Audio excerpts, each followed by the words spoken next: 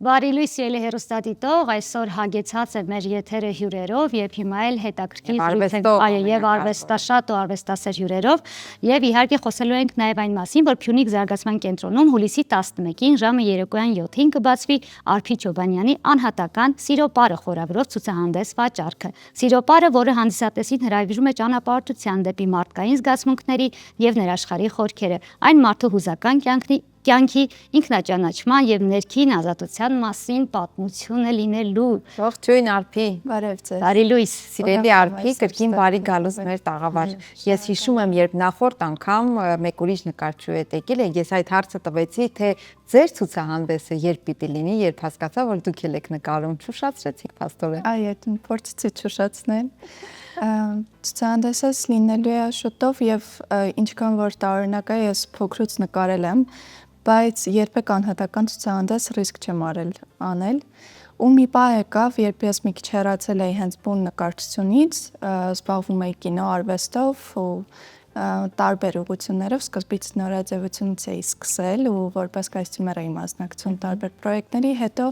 first-ի ինքս իմ ֆիլմերը անել, ու տենց մի քիչ հեռացել էի գեղանկարչությունից, ու մի պահ եկավ, որ մարդիկ ինձ էլ չէին ճանաչում որպես նկարիչ, ու իմ համար դա վախի նման ինչ-որ զգացողություն էր, որում ասում էի, որ ես ցուցահանդեսի եմ մասնակցում, ասում էին, վայ, մենք չգիտեինք, որ դու նկարում ես, ու ասեցի, լավ, պետք է մարդկանց առաջ անկեղծ լինել եւ ինքս իմ առաջ անկեղծ լինել ու վերադառնալ իմ ակունքներին, այսպես ասած, այն ամենին, ինչից որ իմ ստեղծագործությունը սկսել է եւ որին դավաճանել իրավասու չեմ։ Ու տենց հիմա կտեսնենք արդեն այն շարքը, որ ես փորձել եմ հնարավորինս անկեղծ լինել ինքս իմ առաջ եւ անել մի թեմայով, որը երևի բոլորիս համար ամենազգայական եւ շատ անձնական թեմա է, սերը։ Եվ չլինելով իհարկե սիրահարված, ես փորձել եմ նկարել ոչ թե միայն փոխհարաբերությունները տղայի եւ կնոջ, որը իհարկե առկա է ցուցահանդեսի մեջ, այլ նաեւ այն բոլոր զգացմունքների, որը մենք ապրում ենք սիրելով, սիրահարված լինելով կամ ուղղակի ապրելով մեր կյանքի ընթացքում։ Իսկ ստեղծագործել ներողություն Արմին, ուղղակի շարունակեմ, ստեղծագործել առանց սիրելու հնարավոր է Արփի։ Ես բռնեցի այդ միտքը։ Իհարկե, ոչ, դրա համար եմ ասում, պարտադիր չի դու հենց հակառակ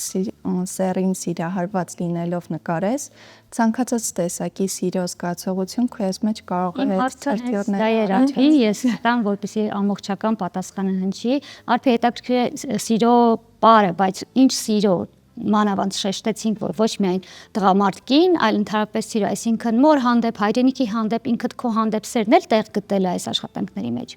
Այո, իրական հենց բուն բանը, որը դարերով եւ հազարամյակներով մեզ շրջապատում է, սերը իմ թեմայի մեջ, ակունքը գալիս է նրանից, որ ես իրականում ուզում էի ներկայացնել հենց սիրո պար, հենց այնպիսին, ինչպիսին մենք տեսնում ենք, այսինքն զույգի պար, վերապրելով բոլոր այն էտապները, ինչ որ մենք սիրահարված կամ սիրելու ժամանակ ունենում ենք, եւ այդ շարքը իրականում ես սկսել էի 2022 թվականին, որը իրենց ներկայացնում էր կարմիրը սևի վրա շարք պարային, որը հետագայում ես հասկացա, որ շատ ծանր կլինի հանդիսատեսի համար միայն այդ կարմիր ու սև տեսնելը, ու խառնեցի ուրիշ գույներ, կապույտ, դեղին, ցած վառ գույների միջոցով, արդեն նաև շեղվելով բուն այդ տղամարդ եւ կին թեմայից, ներկայացնելով սերը իր բոլոր երանգներով, բոլոր կողմերով։ Ինչքանով որ հաջողել եմ այս ընթացքում ներկայացնել, արդեն կտեսնեք ցուցահանդեսի ընթացքում, իսկ անկեղծությունը իրապես եղել է ամբողջ ընթացքում։ Արփի, հետաքրքիր է, երբ դուք համադրում եք այլ մարդկանց նկարիչների աշխատանքները, վերաբերմունքը կարծես թե հենց աշխատանք է։ Իսկ երբ կա արդեն անձնական պատմություն, անձնական ապրումներ, համադրելը հեշտ է տրվում։ Բարդ է ու շատ հեշտ շեղվում ես իրական այդ կոնցեպտից, որովհետև միշտ պետքա հետևես քո կոնցեպտին, որ ընտրել ես, բայց շատ հեշտ է իրանից շեղվելը, ու ես մի քանի անգամ ինձ հետ եմ բերել այդ բուն իր արմատներին թեմայի, որպեսզի հնարավորինս ինքը ամբողջական նայվի, Փառք Աստծո, ես ունեմ իմ կուրատորը, իմ սիրելի մայրիկը, որ արդեն բազում տարիներ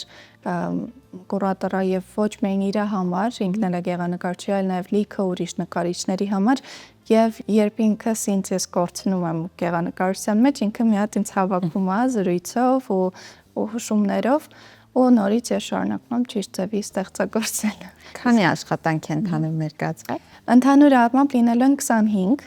մի քիչ սիմվոլիկ եմ ընտրել, որովհետև այս տարի իմ 25-ամյակն է լրանում, ու որսի տենց ինչ-որ սիրուն թվով ամփոփեմ այդ ցուցահանդեսը,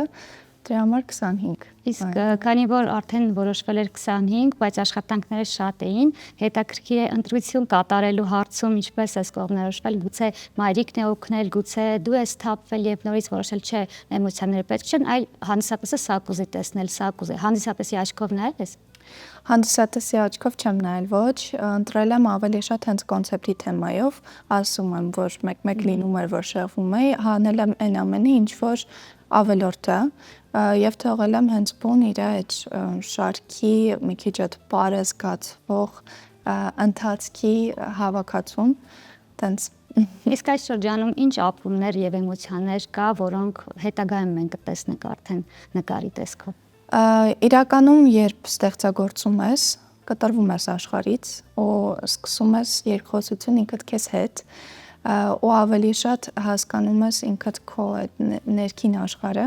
այդպեսի մի շրջան եմ հիմա ունեցել, այս մեկ ամսվա ընթացքում ես լիարժեք sense փակվել էի արվեստանոցում ու քաղաքից մի քիչ դուրս է այդ բնության գրքում շատ ավելի դրամատրող է, որպեսզի ավելի անկեղծ ստեղծագործես ու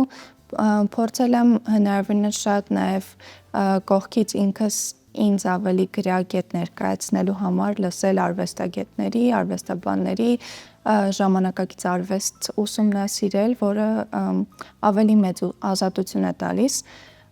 ու չկրկնվելու հնարավորություն, որպեսզի հնարավորինս դու ինքդ դու լինես քո կտավի առաջ։ Արփի ասացիք, որ եւ ֆիլմարտադրությամբ եք զբաղվել եւ նորաձևությամբ, բայց գեղանկարչությունը միշտ ակունքներում եղել է, բայց այդ երեքի ամբողջությունն է հենց Արփին ինքը եւ առանց որի հնարավոր չեք համարում ձեր կյանքը։ Չեմ ուզում նշել առանց որի հնարավոր չեմ համարում, որովհետեւ երբ ստեղծագործող ես բնույթով, քեզ էական չի թե դու որ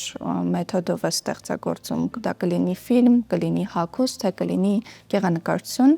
կամ կարող եմ մի օր քանդակել ավելան, այսինքն մեթոդը ստեղծագործելու արտահայտչական միջոցը էական չի, ու երբ դու անդադ զարգանում ես, քեզ միշտ նոր մեթոդ է ցանկալի լինում ու նոր բաներ ուսումնասիրելն է հետաքրքիր դառնում։ Օրինակ հիմա ես տենց կես տարի առաջ մասնակցում էի որպես կազմակերպչական թիմում Ռեանիմանիա անիմացիոն ֆիլմերի փառատոնում ու դրանից հետո էլ ավելի խորացա անիմացիոն ոլորտի մեջ ու հիմա փորձում եմ կամաց-կամաց ինքս իմ պրոյեկտը այդ թեմայի մեջ եւս ներքաշել, դեռ սցենար եմ գրում, կերպարներին եմ հավաքում եւ այլն, այսինքն էլի դու չես կաղապարում քեզ մեկ մեթոդի մեջ, դու ուղղակի ստեղծագործում ես ու ինչքան լայն լինի քո հնարավորությունները, այդքան ավելի լավ,